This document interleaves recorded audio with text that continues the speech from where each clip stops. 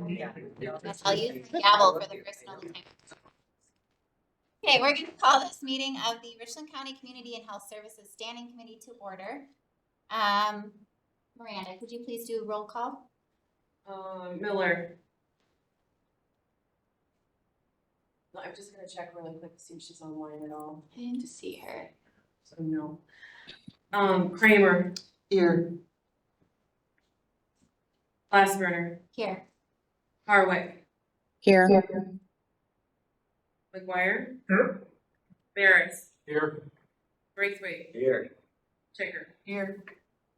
Okay, and are we in compliance with open meetings? We are. Thank you. I will need an approval of our 10-point agenda, please. I'll make the motion to approve the agenda. I'll second. Kramer, second by Braithwaite. All those in favor, please say aye. Aye. Aye. Any opposed? All right, any corrections or comments on the minutes from our March 6th meeting? Okay, if not, we'll declare those approved and move on to number 6, public comment. Do we have anyone here from the public in person or online who would wish to speak? Okay, well, we're going to move on to reports. I just want to be the first to say congratulations to Tricia Clements for getting hired to our role as the county administrator.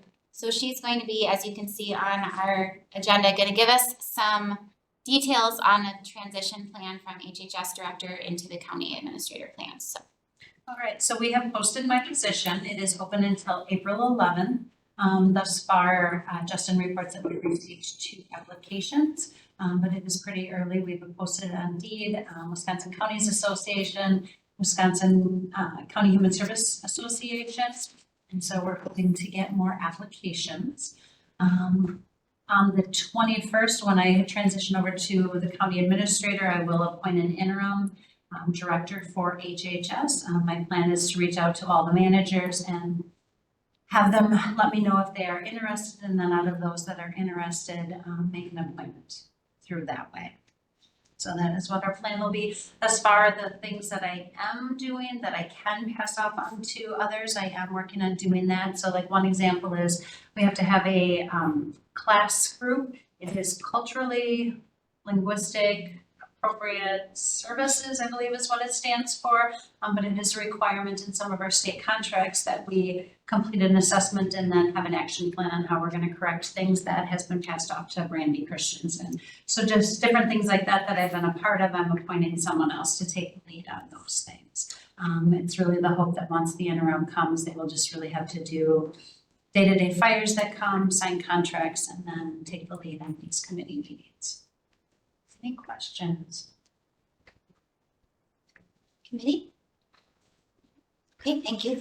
All right, and then as far as highlights from the agency, one of the things that I did want to point out, so at the time that this was filed, Melissa Wickard was hired as one of our economic support specialists. Because she has extensive history in payroll, she has transitioned here for the 30 days to help with the payroll transition with Tammy Hendrickson leaving later this month. And so she is listed as one of our economic support specialists, but has not started that training and will not start that training until probably the May cohort. We also have an open position that has come since then. Our Child and Youth Services Manager has resigned, so I have posted that position also. That deadline is also April 11th. And then I just wanted you guys to be aware, with everything going on at the federal level of some of the things that are happening that are impacting us. Our SHIP, which is our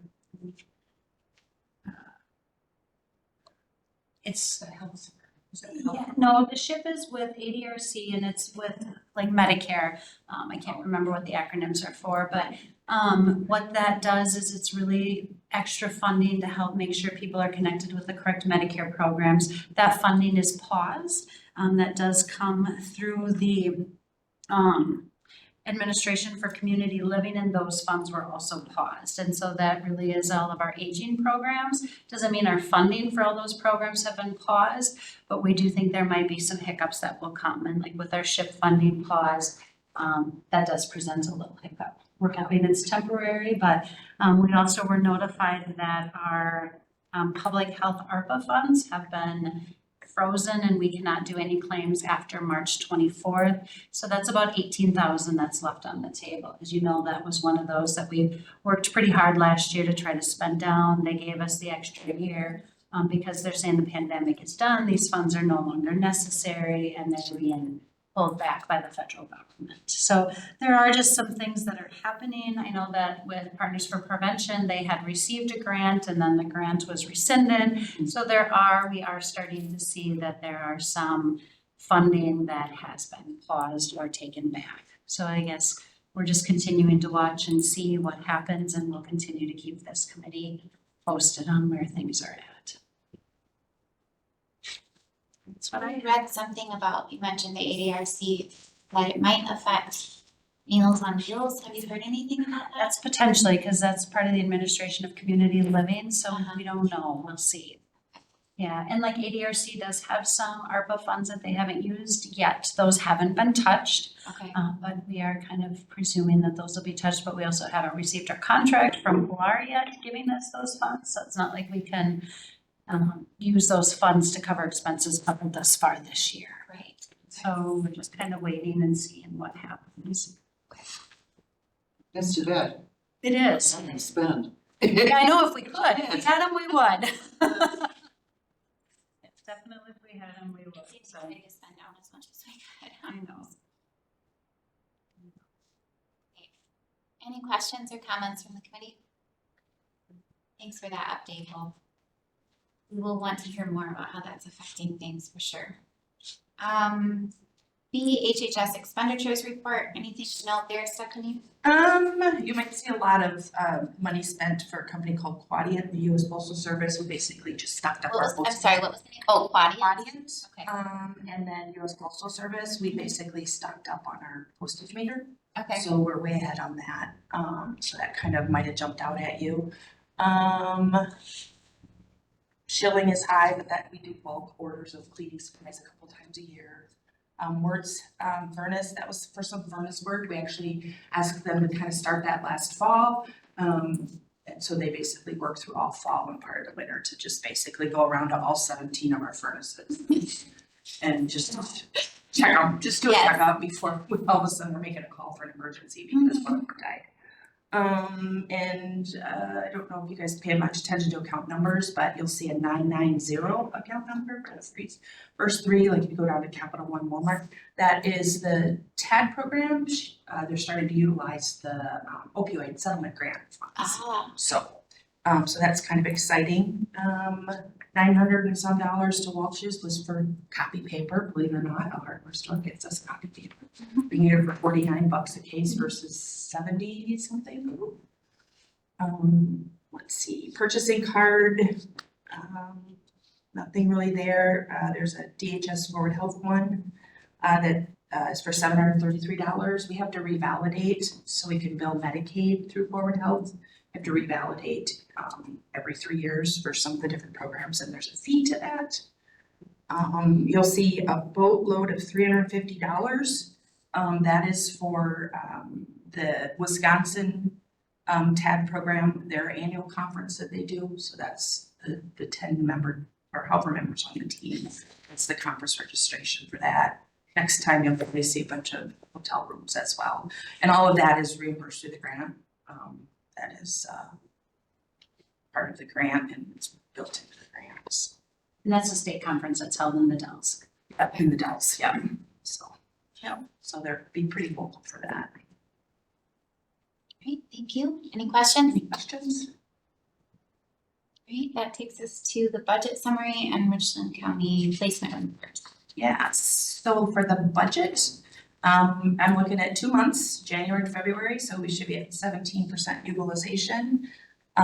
You'll see it's the same look on this side for you guys, the same summary, but on the back side, I started using Tyler reports to create it. Okay. And it went much smoother for me. was very nice. I'm happy. Good.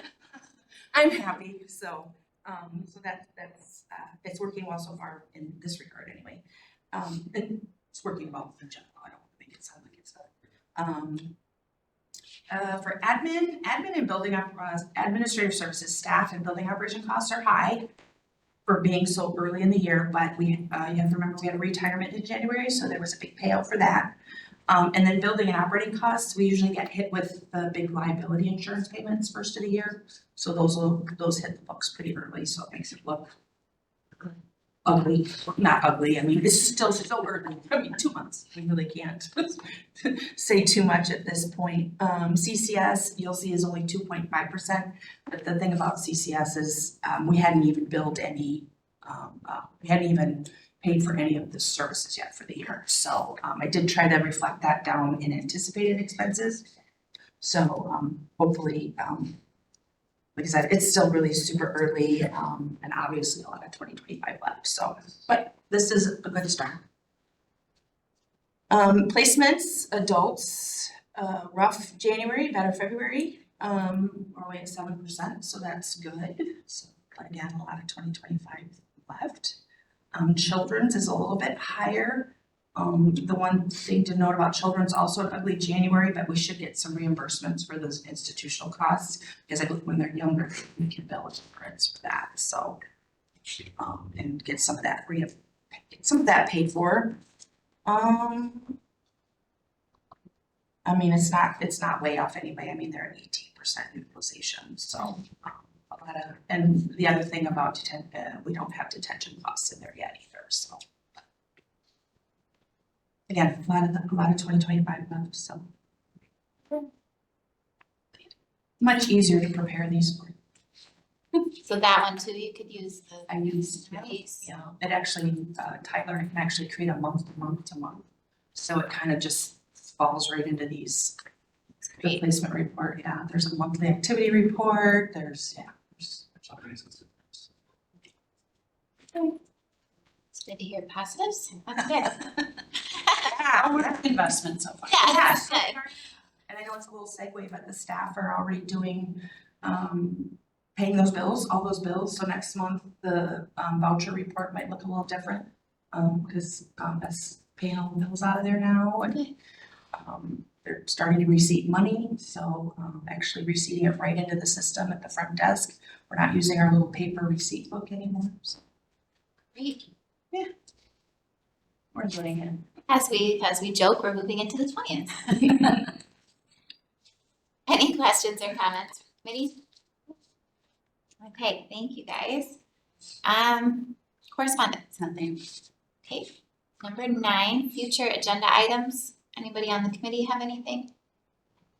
Yes. This may be off the table here, but I was wondering, with these adults and children placements, are we, as a county, are we concerned about, like, the problems with some of the homes possibly? Or is this only homes, or is this, or dorm type buildings, or the placements? You mean like, Go ahead. like what kind of setting are they in? Well, I was wondering if, because I have a friend up in actually Oshkosh and Baraboo area, or Baraboo and Oshkosh, that they had problems with some lead in some of these old buildings. So who gets involved in that, and who has to pay for that? So I'm gonna have Brandy Anderson jump in because it is our public health department that works on issues with lead. Brandy, are you able to respond to how that funding piece goes? Maybe not. Typically, we don't fund it, though, like we will do the testing. Oh, there she is. Sorry, go ahead, Brandy. Hi, I can't get my camera on. This is Brandy. Can you hear me? Yes. Okay. I just had MIS in here working with my computer, so apologies. We respond to homes if a child has been tested and has a reported elevated lead level. We don't go in and do any kind of remediation of homes unless it involves a child that the child has a lead level that's elevated. And then there are costs to clean up the lead. Does that fall to the county or the state, or is that on individuals? My understanding is that would fall on homeowners. So, but we can, suggest, or there's a list of, I think, lead remediation type of resources. I think Troy shared that with us back when he worked with us a couple years ago. So I can look into that a little further. But I do believe it's at the cost of homeowners or property owners. You may have to translate that because with my tinnitus, everything that comes through that microphone just a buzz in my ears. So maybe could you translate that? So what Brandy said is when we have children in the home and there's concerns of them having lead exposure, the health department will go out and will do some assessment and provide some guidance on next steps. If there's just adults in the home, it's nothing that the health department will address. And then as far as cleaning up the lead, it is on the homeowner to take care of that. There isn't really a lot of funding sources out there to help with that. I have some friends in Oshkosh, and they have their 2-year-old daughter in a routine check to the doctor found lead in her system, and they were terrified by that. Yeah. And so they have moved them out of their house into a motel, and they're gonna gut the house and take all the old woodwork and paint out of it. It's an older home, but, so I was just wondering where Richland County is in relationship to, I don't know what county Oshkosh is in, but it's up there in the Rocky River, what they call it? Fox Fox Valley. Valley, yeah. Yeah. Oh. Yeah. I was curious about that. Yeah, so Brandy does get those referrals from the hospital or clinics that say, hey, there's an elevated lead level, and then she will go out and work with them. Okay, all right, thank you. Thank you, guys. Thanks, Brandy. Anyways, back to any future agenda items? We do have our annual report we will present next month. Okay. And then, I'm not sure if this will fall on next month, but as you guys are probably aware, we have not replaced Marty Brewer's spot. We need another county supervisor on our committee here. But they were waiting to do that until we filled his vacancy on the board and then kind of reassessed who might fill that position on this committee. So once we have someone appointed to this committee, then we will need on our agenda to readdress vice chair position, because currently that doesn't mean that person's guaranteed vice chair, but I didn't want to take that or to fill that until we had all of our county supervisor seats filled. That makes sense? Yes. Okay, so hopefully, I think, Miranda, do you know, are we trying to fill that vacancy this month? Yes. Okay, so then I don't know if committee on committees would meet after that or not. I'll have to ask Dave. Be kind of nice if we could have somebody to this committee before next month, but we'll have to see. So you are missing one member to this committee then? Marty Brewer's And spot. also. Yes, Okay, yes. is that, No, Michelle's here. It's Marty Brewer. oh. He was my vice We chair. haven't replaced his, I didn't know that. No. So maybe by next month. If not, then it would be June. Okay, so then that takes us to number 10. But before we adjourn, I wanted to talk. So most of you were already here and said that May 8th would work. Dan, I think, and Dan and Michelle. Next month, our normal meeting would fall on the 1st, but I am not available that day. So I was asking if there's if it worked out for the rest of you to do our meeting on the 8th at the same time. So it'd be the second Thursday of the month. That works for me. Okay, how about you? May May 8th. May 8th at 9:30. Would that work for you? Yes, okay, and it sounds like it works for the HHS staff, so, 9:30, yeah, so everybody make a note in your calendar, I do want quorum at that date. Not a problem. So May 8th at 9:30, okay, great, so that's what we'll be adjourning to. And by then, we will have an interim director for HHS, so, we'll hear from them at that meeting. Will you plan to be here, do you think? Yes. Okay. Yes. I forget the gentleman's name, but do you remember when Marty and the other gentleman lived in the same district? Yes. Well, Gary. is he not willing to come back and serve, or? Lee Van Lundijk, Oh, Yeah. it was Lee. Yes, that's right. he is on the Richland Center High School. Yeah, he's on the school board, He's right? on the school board, and he doesn't want to be overwhelmed. So he is not at this time interested. and taking marks. I see, okay. That's good. All right, anything else before we adjourn? Are you going to the first and second? Or are you- Yes, I learned again first and second. All right, thank you. Do I have a first? Thank you, Cindy. And second? All right. All right, any further discussion? All those in favor, please say aye. Aye. Opposed? Well, I don't know if we picked the 15-minute or the. Well, I don't think we didn't start right at 9:30. Maybe.